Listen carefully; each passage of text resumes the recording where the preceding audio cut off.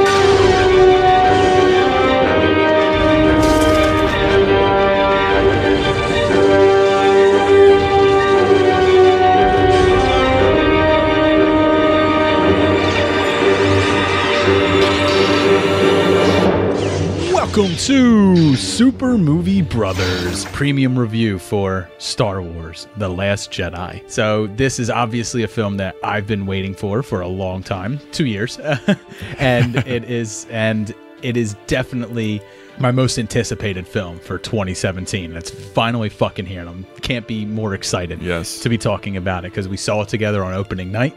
We did, and it wasn't a bad showing. There was nothing. Yeah, no drama, no bad things happened.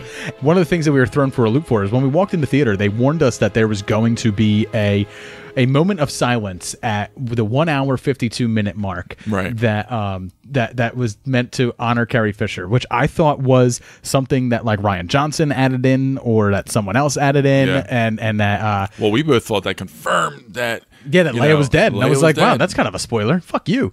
Telling me at 1 hour 52 minutes Leia's going to die. I was getting pissed, and it was very confusing. Yeah, so I was, just going into it, I felt like they just spoiled it for me. We sit down, and I immediately started asking other pod fixers who had seen it, like the guys in Australia, Duty from Shaken Not Nerd, and Fuzzy Dan from Who Spiked the Puns. They had saw it the night before because they are a day ahead of us, time travelers. They're living in the future. and they're like, no, nothing like that in our screenings. And I asked Rob from Fan Film Boys, who was seeing it in the same town but at a different theater than us, whether he was warned about a similar thing. He goes, no, not at all. So I was like, fuck, man. So why did we go to the one theater that's going to shut the reel off? Well, not reel, but shut the projector off for a whole minute in middle of the film. 10 seconds. No, they said a minute. He said a minute. I thought it was 10 seconds. No, it was a whole minute, a moment of silence, a minute of silence for Carrie Fisher.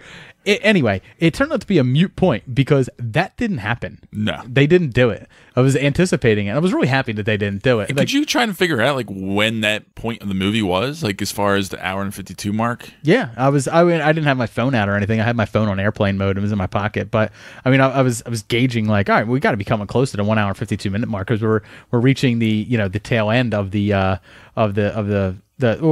middle of the third act, which would be the end of the movie. So I was anticipating it, but it didn't happen. So, but it was very weird, and it didn't. Nothing spoiled the movie at all. No, and we didn't ask customer service afterwards either. Probably could have, but I didn't care enough to. No, I was just happy that they didn't do it. I know. So that was our movie going experience. Now Jay has gotten to see the film twice. I did. I saw twice. So yeah, the second time was also sold out. A lot more people in the movie theater because the first time we saw it, it was assigned seats. We lounged back. Obviously, the amount of people in that theater is a lot less, but it was still a pleasant experience. There was a lot of kids in the theater. There was a lot of positive reactions and laughs and ooh and ahs moments at times, but it was still a very enjoyable experience. So from this moment on, we try to stay spoiler-free as much as possible in the first part, so there won't be any major plot spoilers. There may be a few minor spoilers, but nothing major plot-heavy will be spoiled. And then we will go fucking nuts with spoilers in our second segment, which is all spoilers. Anything goes. Me and Jay just have a straight-up conversation about the film. Yes. So if this is your first time listening to Super Movie Brothers and you haven't seen the film, why are you listening to a review? Watch the movie before you listen to our review. But if you are listening to this review before you've seen the movie, you can stick around for the first 15 minutes from this point on, and then you can cut out because we'll give our scores and we'll give everybody a nice spoiler warning when we jump into our spoiler section. So Jay, let's get into our review. The Resistance is on the run as the First Order has grown in power and has become the major power throughout the universe. And Rey has found Luke Skywalker on the island of her dreams. And she is seeking a teacher to teach her of the new way, the new powers that she's taking up. And she's also there to understand her own powers that she has. She's also there to bring Luke back. And that's about as much of a synopsis as we can really get into without spoiling any plot points. Yeah, that's a good point. Essentially. Because anything else would really begin to spoil it. Now, Jay, starting off with you, your thoughts on the film, your first reaction to the film, how everything sat with you, Well, I kind of tapped into it a little bit earlier already, but the first viewing, it was definitely a breath of fresh air, just open up on a space fight, a battle of sorts, and that was a lot of fun. Most Star Wars actually do, Jay. Yeah, but I guess because they didn't have too much of it. A New Hope starts with. Well, I'm talking about recent times. The last one started with them in space, and it fires off the shuttle that goes down to Jakku to shoot. But it was Max short. von Sydow. They were not on this kind of level. Revenge of the Sith gives you a fucking. I'm not talking about the old 30-minute space battle. They always start in space, Jay. It's Star Wars. They always. start in space. But for whatever reason, this one... I've already debunked your first nitpick. Delivered. I'm not nitpicking. I'm praising, for Christ's sake. You're nitpicking. I'm not. I'm just saying I enjoyed it. It was really good. I liked it. I really liked Poe. I love seeing, Oscar Isaac shine more. But you didn't like some of the stuff in the beginning. I could tell that for you, the humor was not landing with you. And the humor in the beginning of the movie did not always land with me at all. In the first act, the humor is heavy. The first big humor skit, I was a little afraid. I was a little afraid that it was going to turn into some kind of like Thor Ragnarok type picture. And it was borderline that in the beginning part, but again, that's in character with Poe, with Oscar Isaac's character to do that because he was doing it on purpose. He was trying to stall. He was stalling time for him to like gear up and I guess, and deliver a payload. But that's not the only moment of comedy in the beginning. No. There's a lot, and they come fast and heavy.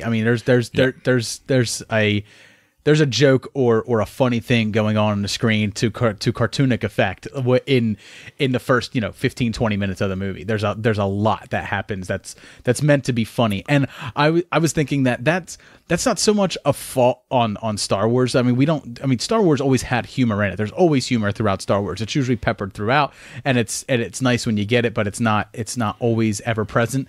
I think. But these were pretty well set up. But I think what you're actually seeing is more of it's more of a flavor of modern cinema. Like blockbuster films have to be action packed and funny as well. I mean, that's just if you look at all the highest grossing films that Marvel's done and everything like that, it's kind of like Disney's brand to be this way. But I heard people complain that it wasn't Star Wars type of humor and comedy where it was a big drawback for them. Now, as we talk further on about this film, there's a whole lot in this that isn't Star Wars, and that's not necessarily a bad thing. To take Star Wars in a new direction is not a bad thing, because when they did everything that was quote unquote Star Wars the last time, people got up in arms that they were being derivative and they were retelling a story that everyone's already seen before. So, shut up. because you're getting new stuff and then you're bitching about it. You're crying over new stuff. Everyone cries they want something new, but it's everybody has difficult time with change, but they especially want this kind of beloved property. But they want safe new. They don't want new. They want safe. And they new. complained about the first one. Exactly. Right? Exactly. So they got safe new. Exactly. They got safe new. This time you don't get safe new. No, not at all. This is not safe new. So aside whatsoever. from the humor, that was my only knock on that. There is a storyline in the second act that drags. I agree with that one as well.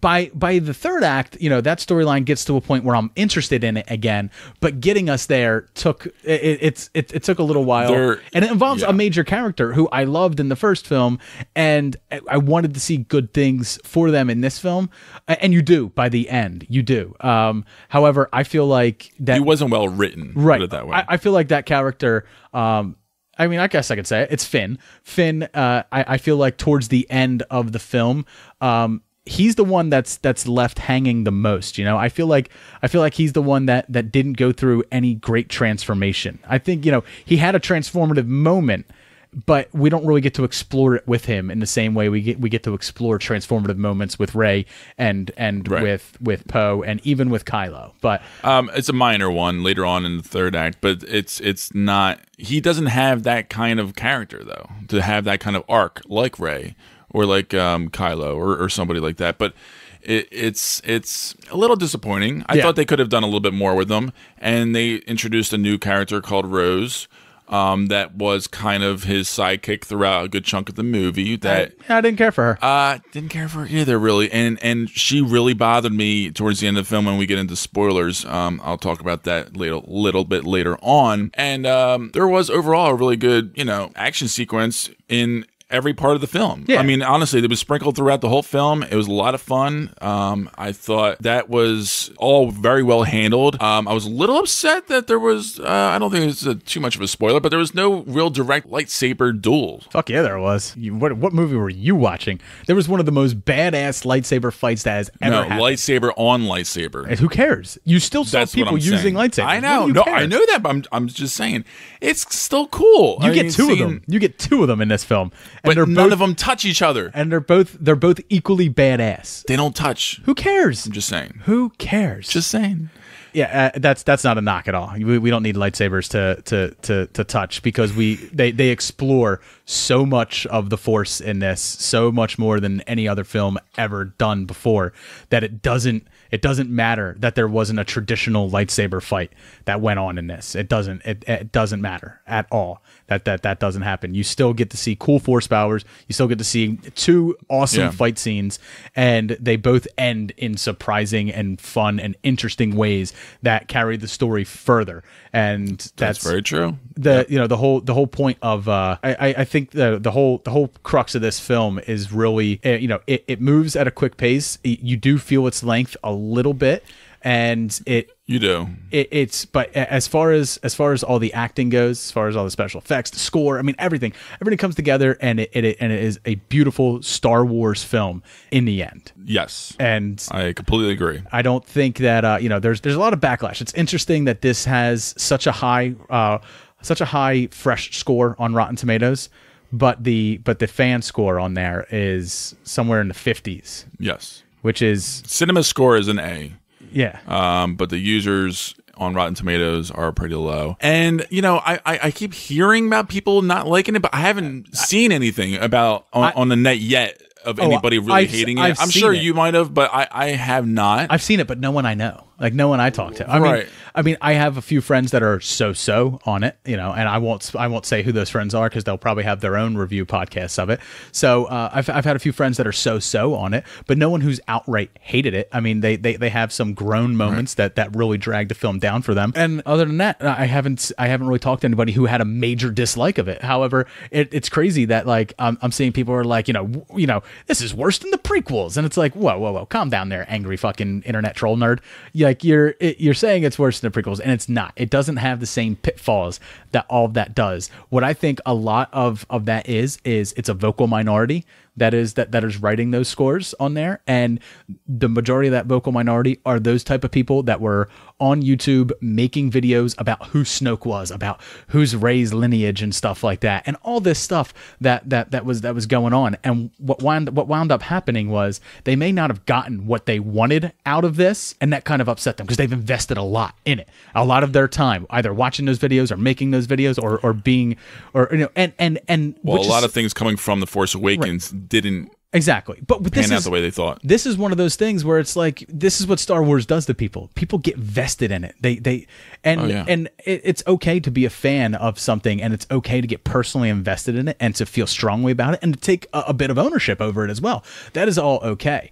But what's not okay to not look at something with an actual critical eye. Instead, you just use your first knee-jerk reaction because what you thought was going to happen didn't happen. Instead, look at what you are getting that is happening, and I think it's all pretty great, and it's leading to something that hopefully JJ will carry on and continue, being great. Well, I wanted to mention that I think every single person, for the most part, has to tip their hat to Rian Johnson because he did something right. When we get into our really impressive as far as writing this whole script solo.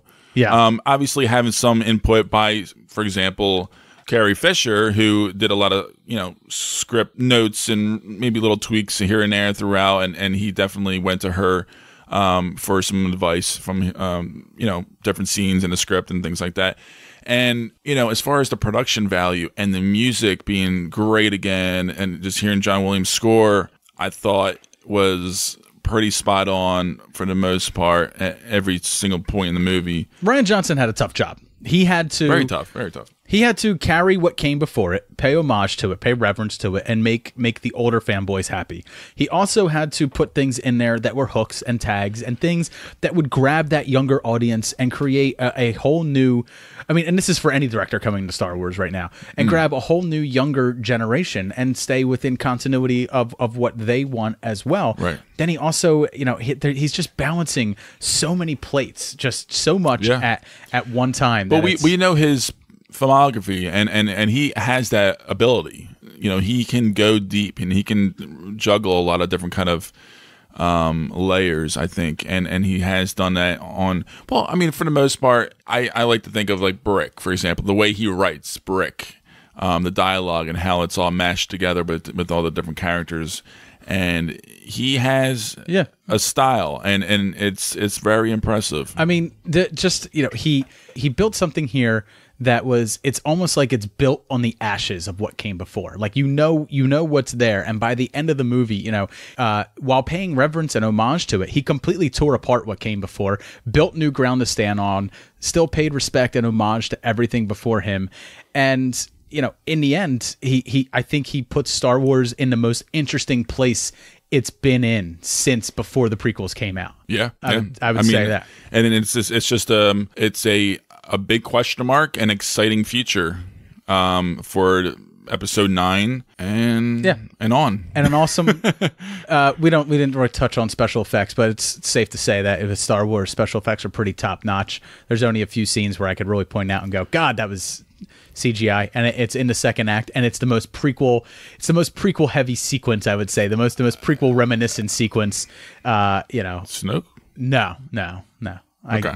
I won't say. But it involves a chase scene. It's a chase scene and some animals. Oh, okay. Yes. So that's the most prequel heavy level of CGI-ness that I could point to in this movie and be like, oh, you know what, that was a little much, it was a little janky. But other than that, I think everything else was great. It was a great blend of practical effects and CGI. I really applaud the guy for everything that he did. I know some people out there are going to disagree with us. I know some people out there really think that this film was trash, and we might have some of those same gripes, but you're going to have to stick with us for the spoiler section to really get into our minor gripes, because I feel like, overall, if you dislike this film, it's for specific things that happen and not so much the production of the film. Oh yeah.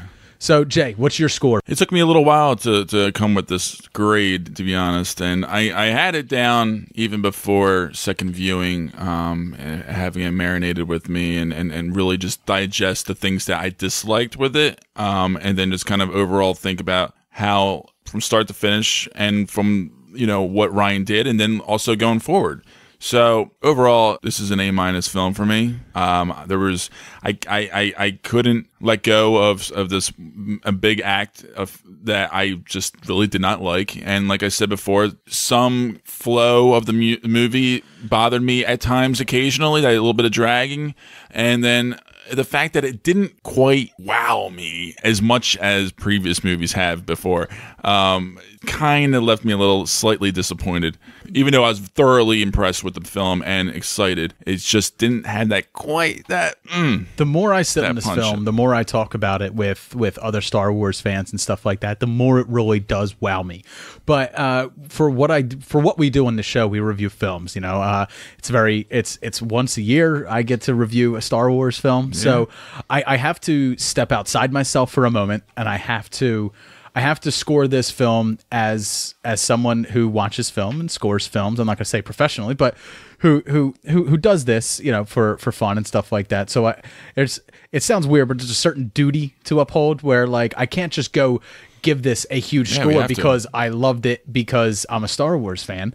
I have to give this a score for as if it's a film, which it's weird. Me and you landed on the same score. I'm A- on the film for the same reasons. That one storyline, that arc, that dragged it down a little bit. But the Star Wars fan in me says, fantastic. And if you want to know where my ranking is, where this sits in there, it sits above the prequels. And it sits above The Force Awakens, and that's about all I'll say. This is better than The Force Awakens for me. So I think more than anything, a lot of people are going to be going back and forth with that. Yeah. So as far as the rankings with the first one and second one, and I 100% will be doing my rankings. It's going to be on one of our Podfix Network shows, the one that I'm running for Star Wars. It's called Podfix Presents A Certain Point of View, because we talk and discuss and debate things about Star Wars, whether they are going to be things that happen in the films, whether they are production things we didn't like, video games, comic books, all the stuff that's involved in the Star Wars universe. We're going to be discussing it in 10 different episodes. So look forward to that. That will be starting sometime in March. But yeah, I'm right there with you, Jay. I think A- is the right score for this, and I think that's right about A- is right about where critics are scoring this. So they all, I think, acknowledge certain faults and different little issues, but they're not completely detrimental to the whole film. I haven't read, or even the story overall. I haven't read one critical score yet. I haven't read one critic write-up of this yet. But I could tell, coming out of the theater, that some people were going to be unhappy with it. So for those people, man, I hope you stick with us, because we are going to get into our spoiler section. Spoiler warning. Spoiler warning. Spoiler warning. All right, Jay, instead of going through the whole film in this spoiler section, I think what's going to be easier and probably better is just talk about specific things that we really liked, specific things that we didn't like, and just kind of roll with each other from there. So let's start with your specific things that you didn't like. Didn't like. Well, I definitely was shocked at Luke tossing the lightsaber over his shoulder when he first got it. That was probably my biggest shocking moment. That was the last moment of humor from that first act that I was like, right, it's hitting me too hard with this funny stuff. Like over and over again, technically, it was the slap in the hand, maybe, with Rey when he's training her. He's like, you feel the Force? You feel it? And he's like tickling her hand. He's like, I feel it. And he slaps her. I mean, that was like... That's no different than what Yoda did to him. Yoda pulled the wool over his eyes. And that's very true. That's very true. That's very Jedi Master of him. I get that. Yeah. But the throwing it over the side, I mean, it's also telling us who the place he is right now. Exactly. But when you really think about it, yes, he has seen so much tragedy in his life and death, and he's trying to go to this island to just be alone and die. And here's this stupid girl handing him the instrument of that. Exactly. But I mean, yeah, it was a humorous moment. So it makes sense. But everybody in theater, and I think you did too, actually, like, you're just kind of taken aback by it, because that's not the music is such a fucking cock tease. Because I remember today when I saw it for the second time, I really put a note on the music where they was just so dramatic, and she was giving it to him, and then it just dropped and then all of a sudden he just tosses it, and everyone's like, "What the fuck? Like, what happened? Like, what's going on here?" It makes sense, after you see the movie and all that. For me, for some reason, the thing I didn't like was it was just after a major space battle that was pretty riveting. That ended on a pretty emotional point where we're watching the death of a hero, like someone who just sacrificed themselves to deliver this payload to take out that First Order dreadnought, and then Poe lands and there's a naked Finn walking around leaking everywhere, and I was like, what a fucking cartoon moment to throw into this very like the last scene was so heavy and was so Star Wars. I mean, there was someone just like sacrificing themselves for the greater good and for the survival of the resistance, and then you punctuate it with like, and here comes naked guy leaking. Well, and I don't want to jump down to the very end, but the way they cut off of Luke's death, they go right to the First Order, and you know that music kicked in right after he died, and his robe kind of like drifts off into the why wind. That's that way, Jay? Because that's the last we're seeing of Mark Hamill in these films, man. He melded with the Force. He will be back. It's not his I death. know, but in human form, dude, you forget every lesson you should learn from Star Wars. When people die, they become one with the Force. Miss them, do not. Mourn them, do not. this is why you're here, Dave. Yeah, you're not meant to miss Luke Skywalker. That wasn't even an emotional moment for me at all because I knew it was coming. It had to come. It was the only way for this story to end. For Luke Skywalker, he has no place in this new world. No one does. Rian Johnson made sure that all those old characters and all those old storylines and everything everybody wanted, it has no fucking place here. Yeah, that's why I say he did a great job of burning everything to the ground, and he did it through Kylo Ren. Everything Kylo said was, "Let go of the past, burn it to the ground." Yeah. And that's exactly what Rian Johnson was doing throughout this entire film. Luke is gone, and I love the fact that everyone's been so jazzed. Who is Snoke? What is Snoke? What's Snoke going to be? What ties does he have to the prequels, to the original trilogy? Was he some Sith Lord that was out? Is he Darth Plagueis? Is he Darth Jar Jar? Is he all this shit? He's a fucking nobody. He's a nobody. He's a fucking hack, and he got cut in half. And not cut in half in the cool way where it's like maybe Darth Maul will be back. I like the way that guy went out. That was a badass thing. But when Instead, you really think he went about out it, like a punk, and that's it. And who is he? He's nobody. Fuck you all. He's nobody. But when you think about it, like that's probably the only way he could have gone out because he's so like he was throwing Rey around like a rag doll. Literally. Nah, but he couldn't. He could barely move. I mean, he was basically like Emperor Palpatine. I mean, it was just. He was so old. I don't think he could do like a battle. He can't do any kind of physical activity. He didn't need to. Once you get that far along in the Force, you don't need to. Palpatine was the same way, and that was the thing. Snoke had to die because he was just a prototype of, I actually like the way they did it, though. Yeah. I'm happy with it. He was just a clone of Palpatine, so even having his existence was already being reminiscent of the original films. And Kylo, in the beginning, he says, take off that ridiculous mask. Yeah. And Kylo destroys it because he's letting go of everything. I love it. And part of the thing that he's letting go of is he's letting go of Vader on a pedestal, how he put Vader on a pedestal, and all he's ever wanted to do is be like Darth Vader. And he's letting that go, too. Because that's the child in him dying, and he's growing up, and he's not growing up to be Ben Solo, and they tease you with this fact that like Ben Solo's still in there. Rey calls him Ben, he answers to Ben, all this stuff, and then Snoke drops the line that I was stoking that side of him to bring you in, and now you're here, and now he's gone. And I 100% believe Snoke when he said that. He was stoking that conflicted side of him, and now that he's there doing nothing, it's gone. But then Kylo does something unexpected when he cuts Snoke in half, and then they fight the Praetorian guards and they take him out. Which, you know, you're saying that it wasn't lightsaber on lightsaber. Who cares? That was fucking. It was awesome. Badass. That was when they cut to that. And it's slow motion for like 2 seconds, and oh man, for me, it was a great sequence. The Darth Maul lightsaber fight is one of the best lightsaber fights, but it doesn't quite fit with the rest. It's so fast. It's so, you know, it just the way it just didn't feel Star Wars, right? Like, why are they fighting like that there? But then when Obi-Wan and Vader fight, it's just two geriatrics touching canes like that. I know.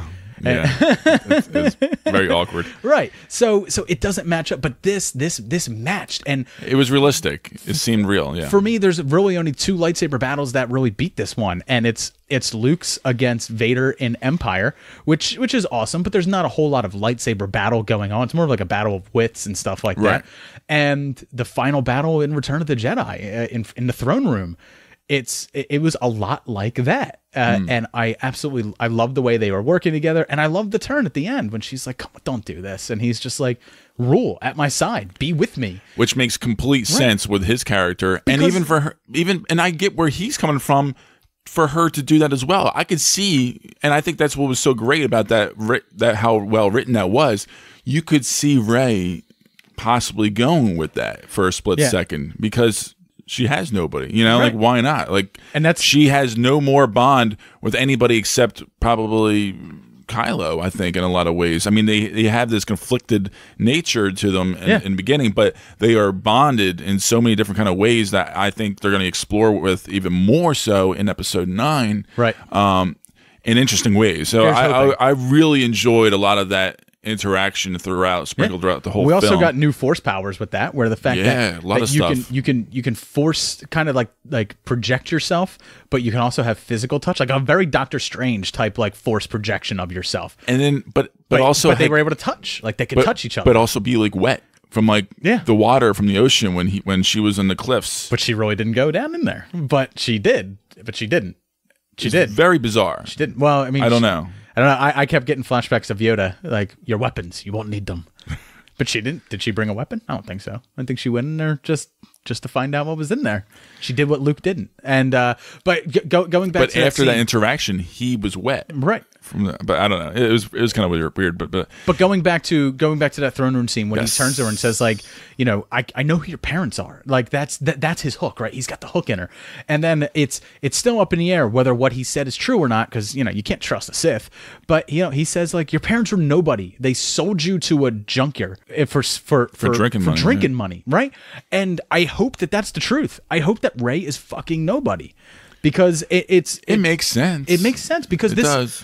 you can't have this entire thing be about Skywalkers. If Yeah. it's about Skywalkers the whole time, then we're always going to get the same story. There's always going to be one that rises, one that falls, one that does this, one that does that. And that's ballsy, and that's kind of like the first good sign of showing that this story is going to be changing in a different kind of way moving forward. And something that Snoke says makes me think that she is a nobody, because earlier on Snoke says like. He tells Kylo, you know, you got bested by a girl who's never held a lightsaber, and then he's like, I warned you that this would happen. I warned you that there would be an awakening, that there would be a counterbalance in the Force that would awaken another person to rival him. So they're talking about balance here, which is something that Star Wars has been about for a long time. And it's not that balance is one dark, one light. The balance is that there is dark is a bastardization of the Force. It's not supposed to exist because it manipulates the Force. So to balance itself out, the Force awakens the powers of someone else to rival Kylo. And that's exactly what Snoke is talking about. And that's what Rey is.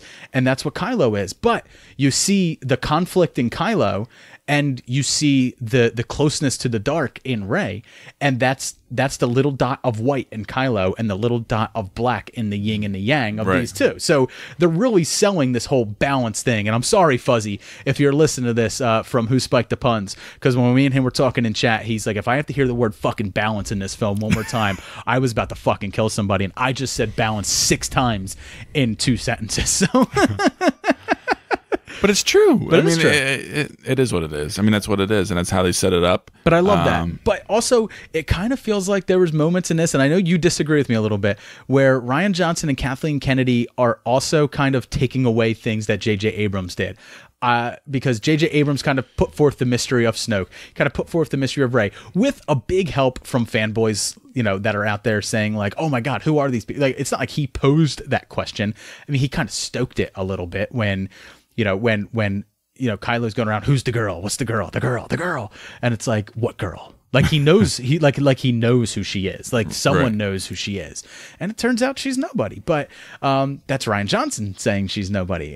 J.J. Abrams can come back in and change it and be like, well, no, Kylo lied. But what I'm getting at is he very well could. What I'm getting at, a lot of what J.J. Abrams set up is gone now. So J.J. Abrams is coming into a landscape he might not be familiar with. I'm sure he's got ideas, and he knew where this was going. He was still a producer, I believe, correct? I don't believe so, no. I don't believe he was involved in this one at all. I thought he was, but either way, obviously he's involved in some degree, potentially. But you disagree with me that some things are jabs at J.J. Abrams. I do. I don't think they are jabs. I think it's a jab. You definitely 100% believe that they're jabs to J.J. and I definitely did not those things. I think those are that's more of like the studio stepping in and with agreement with the director stepping in and saying that's not as far as story direction. That's not the direction that we think the story should go. But what I'm the one specific jab that I'm talking about is when.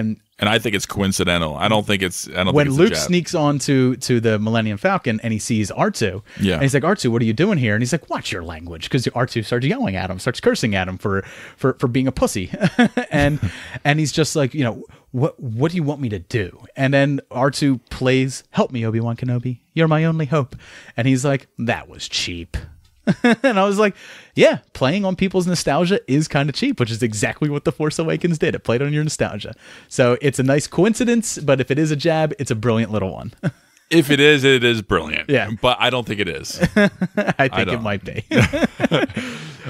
So yeah, I think we dissected a lot about the stuff that was going on. Well, what do you think about Leia? We didn't talk about her much. Okay, so that scene, that was going to be my big dislike. Was the scene with Leia. She gets ejected into space. She's in space for a good 30 seconds, 40 seconds. The vacuum, I mean, granted, Star Wars has different laws of physics than our actual world, so I don't get too upset when things happen like that. But she pulls herself back in with the Force, and her skin's already crystallizing, and she's like already dying, and like really what happens when you go into space, like kind of it's a vacuum, so everything just kind of like starts imploding and leaking out and stuff. Like she wouldn't be surviving. If you've ever seen Event Horizon, what happens to Billy when he goes out, you kind of get a sense of what happens to you in space. You don't really survive it. However, I was surprised that that's what happened. Yeah. But it makes sense. They did set her up as being Force sensitive in The Force Awakens. Right. So it makes sense that she can tap into it. And it makes sense that Luke would have shown her a thing or two. And, he even may have tried to train her as a Jedi once. And she just went, this isn't me. This is you. Yeah. Take my son instead. Oh, wait, that might be a mistake. Yes. But I think besides that, she was all right. Like I think she delivered her lines. I thought she had a really good interaction with Oscar Isaac, with Poe. I think that was my favorite character interaction in the film. Like at times, Rey and because Kylo, she is grooming him. Right. At times, Rey and Kylo felt a little. How do I say awkward? Like it's probably supposed to be awkward. I would even say that. You mean together, or as far as like certain lines throughout the movie? Certain pants being worn up to your nipples, I think would do it. I think that's the the awkward topless scene of Kylo Ren. Yeah, put a shirt on. Why? Well, don't you want to be my side? Yeah. You don't like this, Rey? But his pants, like he went to pants his nipple. Yeah, he went to the I Love Lucy Fred Mertz school of how to dress yourself. With pants up to his fucking nipples. No one's gonna tell me what to do anymore. Snoke's dead. I'm gonna wear pants up to my nipples all I want. But yeah, I did not like that. That scene was a little weird for me, and not because he was shirtless. I think it's just because of it just felt weird. Like it was a little weird. But everything with Leia and Poe, I really, really, really enjoyed everything that they were doing together. I loved how she was growing. I loved that so much of Poe's story was watching him make mistake after mistake after mistake, and then finally he realizes like he's through many different kind of. But this also thumbs its nose at like every other crazy plan that's come up in a Star Wars film that happened to work out, right?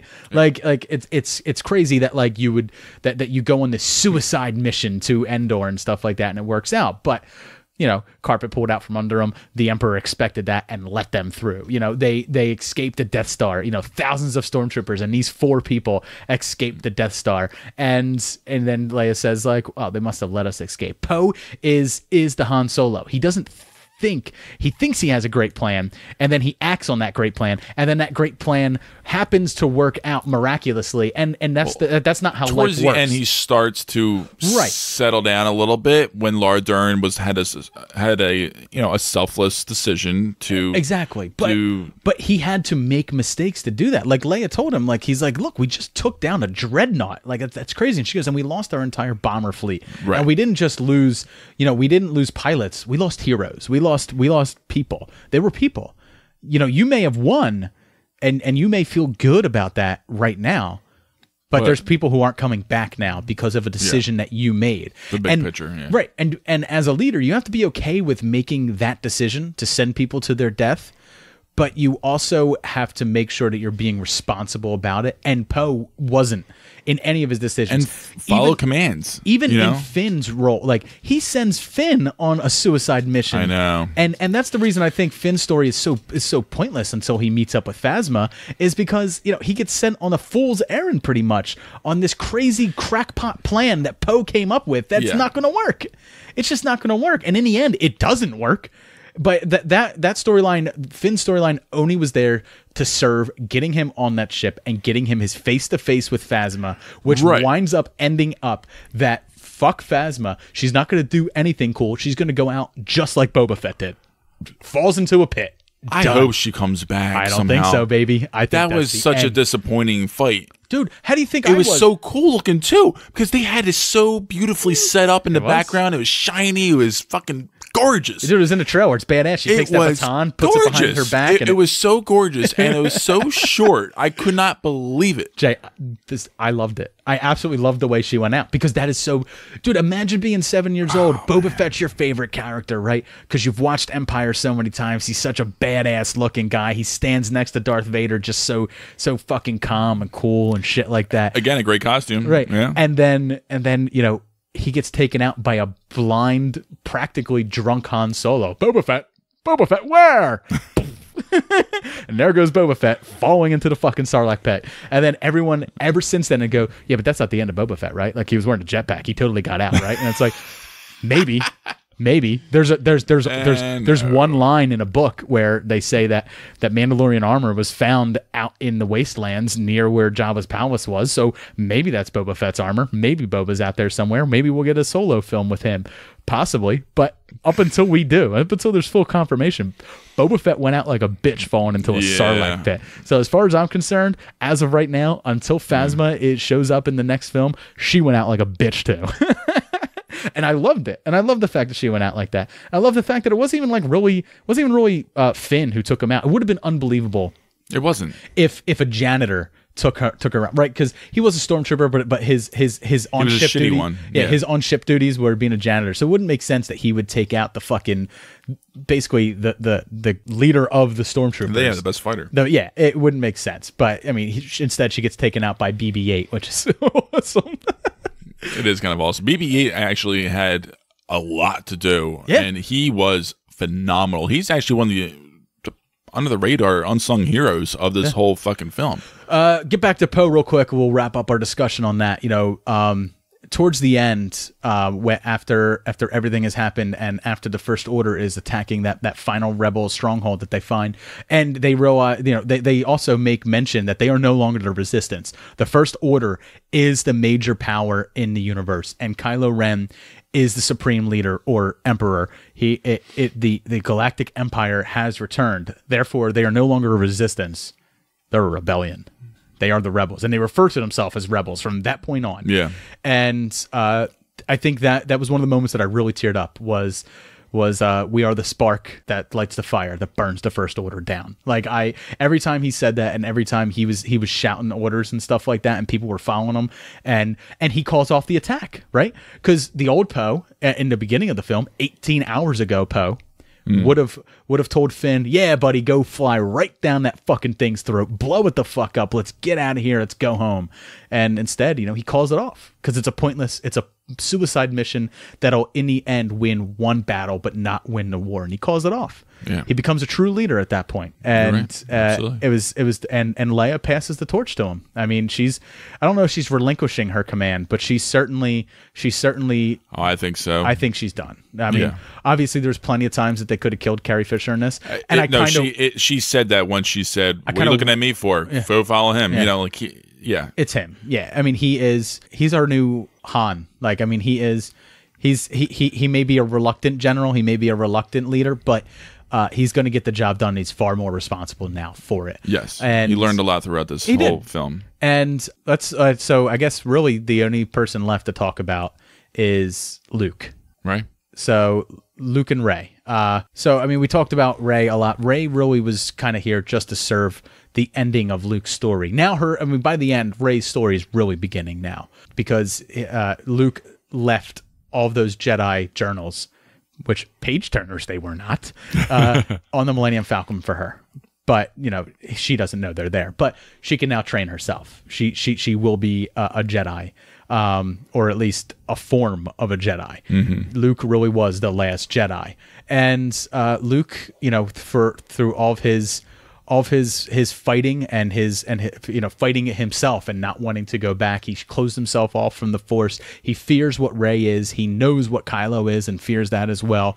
And he believes so wholeheartedly in the arrogance of the Jedi and that the Jedi need to end. And he's going to go burn the tree down, the tree that is basically grown from the Force, this tree that is the center of light side energy on this planet. He's going to burn it to the ground, and he's walking up to it, and you hear and I started crying. Like, I just started tearing up so much because, you know, Luke turns around, Master Yoda, and he goes up and he talks to him, and Yoda starts making fun of him again, just ribs him, and he's just like, still the boy, always looking away, never his mind on where he was, what he was doing. And he's just like, I have to destroy it. I have to burn it all. And he's like, I've made so many mistakes. And Yoda looks right at him and he tells him, you know, failure is the greatest teacher. And Luke he puts that torch out, like, all right, I'm not going to burn it down.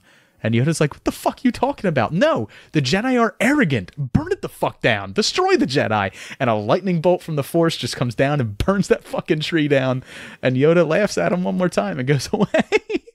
I absolutely loved that scene because I was like, yeah, it's and it was another one of those great surprising scenes. Yeah. And it was definitely jarring at first because you're trying to get. Is he a puppet? He looked. But I don't think he was in the beginning. I think it was a little bit of a weird hybrid, perhaps. But definitely when he and Luke were side to side talking, it was definitely puppet. Yeah, I loved it. That was really great because that's when you could really definitely absolutely. But I loved it because like it's kind of like the admittance that now that the Jedi were. You know, they were everything that Anakin said they kind of were at the end of the prequels. They were arrogant. You know, they were flawed, and Yoda is recognizing that was the downfall of the Jedi, or at least that's the way I'm taking a lot of what's going on there, and that it is going to take a new breed of Jedi technically to correct it. A breed of Jedi without that hubris, and unfortunately, Luke is also a product of that hubris and carried it in him, and Kylo as well as being trained by Luke. Right, definitely. But Rey, not so much. You know, she's gonna make her own way. She's gonna make her own order, maybe someday, or at least be a Jedi without that level of dogma that the rest of them had on them.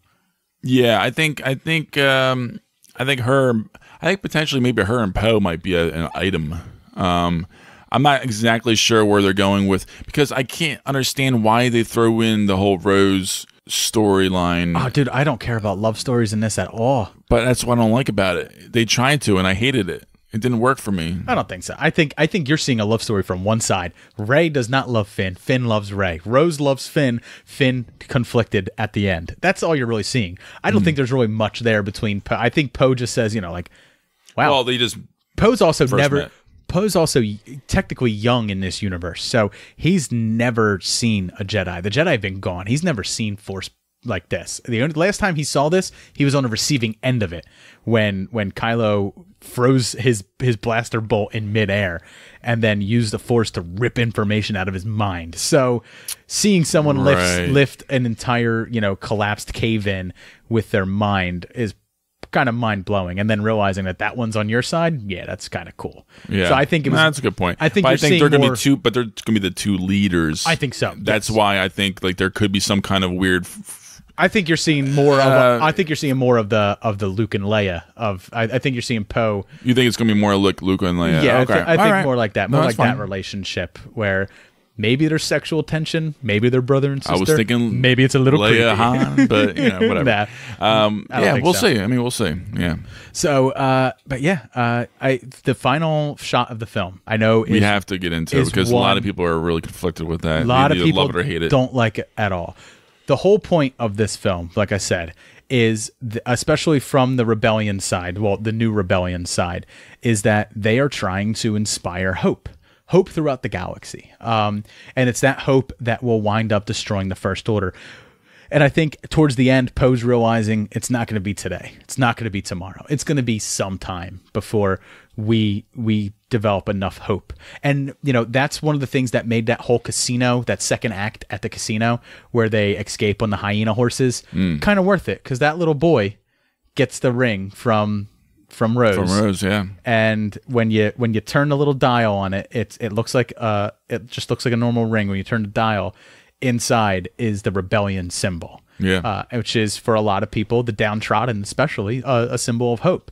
And the little boy is a slave on that planet. And when he is walking away, he pulls a broom to him without touching it. Using force. He uses the force.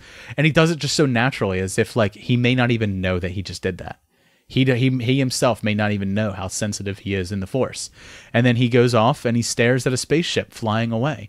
And he is that new little boy who's looking away. Rey was that child in the last one. He's the child in this one. And I think what the whole message is, and what the whole message of the film is this film was letting go of the original trilogy, letting go of everything that's come before it in Star Wars, and setting a foundation for things to come before it. That little boy is my kid. I'm the old guard of Star Wars fans, and they're letting go of me a little bit. The stuff that they're dropping in this. Luke's dead. He dies having a Force image of the twin sons of Tatooine, and he melds into the Force and he fades away. And I think while not gone, and he will still have a presence. That's me as a fan now. I'm not gone as a fan. I'll still have a presence, but it's really about the new fans. That's what all of this is being done for. That's why there's going to be a new trilogy that's devoid of all this. That little boy. Well, my theory is that boy's going to be connected with Ryan's new. I hope that kid is just a representation of the hope that's out there. And they cut to his face a little too much throughout the film. I don't want another little boy Anakin. That's my only little theory. What that little kid is. It's my daughter. It's the future of Star Wars. I get that. I can see that definitely. Yeah. It's the new order completely, and that's what I think that whole last shot is, and I think it's beautiful, and I think it's great. It's deep. Yeah, and I definitely think it went over a lot of people's heads. It's just. I think a lot of people saw that and they were like, "Oh, great, yeah, great, a child Jedi in the next one. Can't wait for Rian Johnson's pretty much baby Jedi series." And I don't think that's what it was at all. I think that was, they might be setting something up, but at least in the context of this film, that's what that was. He's the next dreamer filled with hope, and he's not the only one out there. He's not the only one that is being inspired by the rebellion, who will one day grow up in the future and fight safe. the First Order. Yeah. One of the things I really hope for the next one is we get a good time jump, like a decent time jump, because at the end of this, we're left with somewhere. I hope it's at least 3 years. Yeah, less than 400 rebellion left than 400 members of it, and Leia's being one of them. And with Carrie Fisher dead and them saying that they'll never use CGI, the next film kind of has to start with her funeral. Otherwise, she dies in the crawl, in the opening crawl. She's dead. I kind of hope it is actually in the crawl. To be honest, I don't think I really want to see a funeral. I would like to see a Star Wars funeral for her. I think opening it up with a funeral, maybe not actually showing the actress, because it gives us as fans the way to say goodbye to her in the films as well, kind of like being present for something like that. But beside the point, I think it needs to be a jump in time, so that way we can believe that the rebellion has had time to build up and everything like that. So you guys took a long walk with us here, and there's a lot of stuff still left to discuss. But we're going to leave the rest of that stuff on the table, and I'll just open it up to everybody on Twitter to reach out to us at SuperMoviePod on Twitter. Reach out to us. I'll be happy to discuss anything The Last Jedi with you. We already had some people reach out to us just to discuss their thoughts on the film. Tim Clowney at My Pen Mary Dell. After Force Awakens, I left feeling like I couldn't wait for Last Jedi to come out. I didn't walk out that way this time. It was a good movie overall. Maybe I just had a long day. For me, I felt the same way, but only because this time we got a complete story. It's amazing, but we got a complete story. No cliffhanger, no bullshit cliffhanger at the end. It was a complete story, self-contained. If they said this was the end, we're not coming back to Rey's story, I would still feel pretty good with where they left us, because I feel like the hope that they set forth means that they will one day win. But, however, that's not the case. We are getting more. I'm just saying that this was a self-contained story. It ended where it needed to end, and it gave us a full story. So I'm not chomping at the bit for episode 9. I want to ruminate on this one for a while. I want to watch this one a few more times. I want to live in this Star Wars time for a while before I get to the next one. So, Tim, I don't disagree with you. Jerry Ann Fisher at Jal Fisher on Twitter said, 2/3 of a good movie. Middle was a bit muddy with confusing and pointless subplot.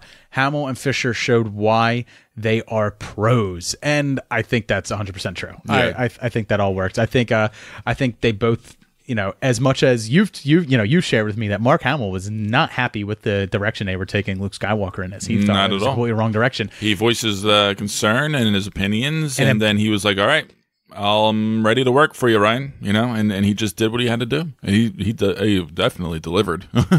Jay Sandlin Writer at Jay Sandlin Writer on Twitter said, "Incredible. That's it." Which I agree with you, Jay. Rob from the Fan Film Boys podcast, another super movie brother, and I am also a fan film boy. I love that. His head is spinning. Visually, it was spectacular, just a little too much slapstick comedy, but it did not go too far and ruin anything. Loved that it gave answers, but asked more questions. Geek Life Crisis at Geek Life Crisis on Twitter said, "We did a 10-minute spoiler-free episode last night. Just posted it in the morning. Check it out. Look forward to hearing your review." Well, I hope you're listening, Geek Life, and I hope everybody's going to check out your podcast as well so that they can hear your thoughts, because believe me, thoughts on this film are going to be wide and varied. Believe me, if you think people have crazy political opinions, wait until you start listening to all the podcasts that are coming out about The Last Jedi, because you are going to have some crazy shit out there, and you're also going to have some more mild shit out there. And then finally, at T_D_81 said that, so I like it. Don't love it. Don't hate it. Think Force Awakens was better. Maybe even Rogue One. Look forward to hearing your thoughts. Well, I hope you're listening. And TD from Take Two podcast, I look forward to hearing your thoughts as well. And then I look forward to hearing us on your holiday special episode, which we will be recording right after we record this. So I want to thank everybody for listening to us. I want to thank everyone for taking the Star Wars walk with me. I hope you guys got out there to the theaters, saw this in theaters. I hope you give it the time and see it twice to really sit on it and to really take the time to enjoy what Rian Johnson gave us in the Star Wars universe. I agree with that. I think watching it twice, especially if you're a fan and enjoyed watching it the first time, do yourself a favor, go check it out before the holiday season kicks off with a whole big slate of films, and enjoy it. It's great. So have a great night. May the Force be with you. Cheers.